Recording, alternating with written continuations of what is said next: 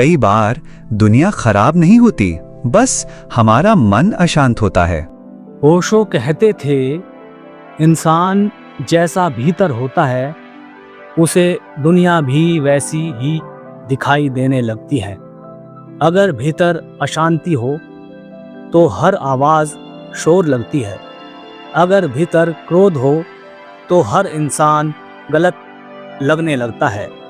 और अगर भीतर अंधेरा हो तो पूरी दुनिया बेरंग दिखाई देती है।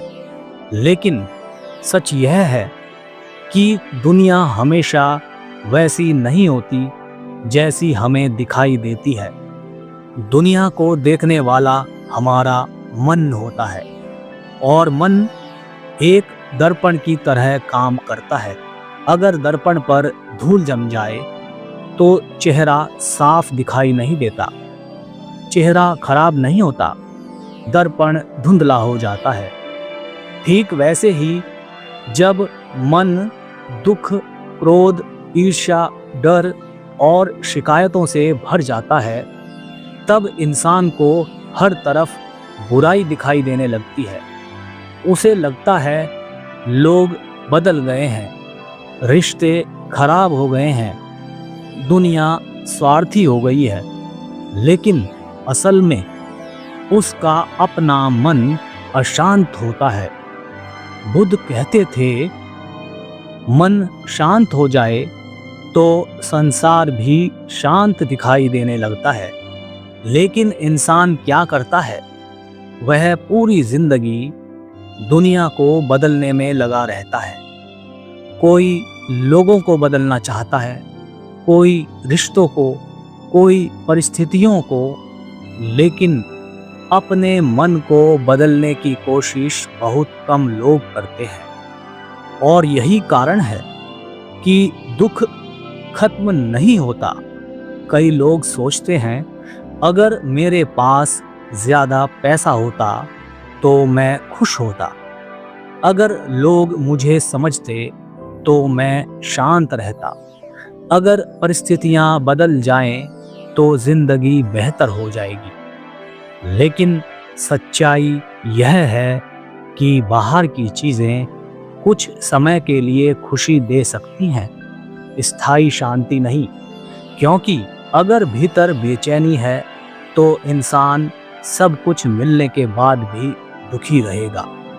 ओशो कहते थे, अगर तुम्हारे भीतर क्रोध है तो तुम्हें हर इंसान दुश्मन लगेगा। अगर भीतर डर है तो हर रास्ता खतरनाक लगेगा। अगर भीतर खालीपन है तो पूरी दुनिया अधूरी लगेगी। लेकिन जिस दिन भीतर शांति उतर जाती है, उसी दिन एक साधारण सी शाम भी सुंदर लगने लगती है। बारिश की बूंदें संगीत जैसी लगती हैं, हवा का स्पर्श भी आनंद देने लगता है।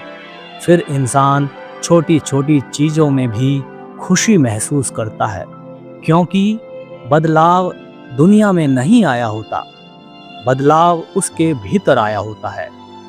इंसान अक्सर सोचता है कि उसकी परेशानी बाहर है, लेकिन बहुत बार परेशानी बाहर नहीं, भीतर होती है।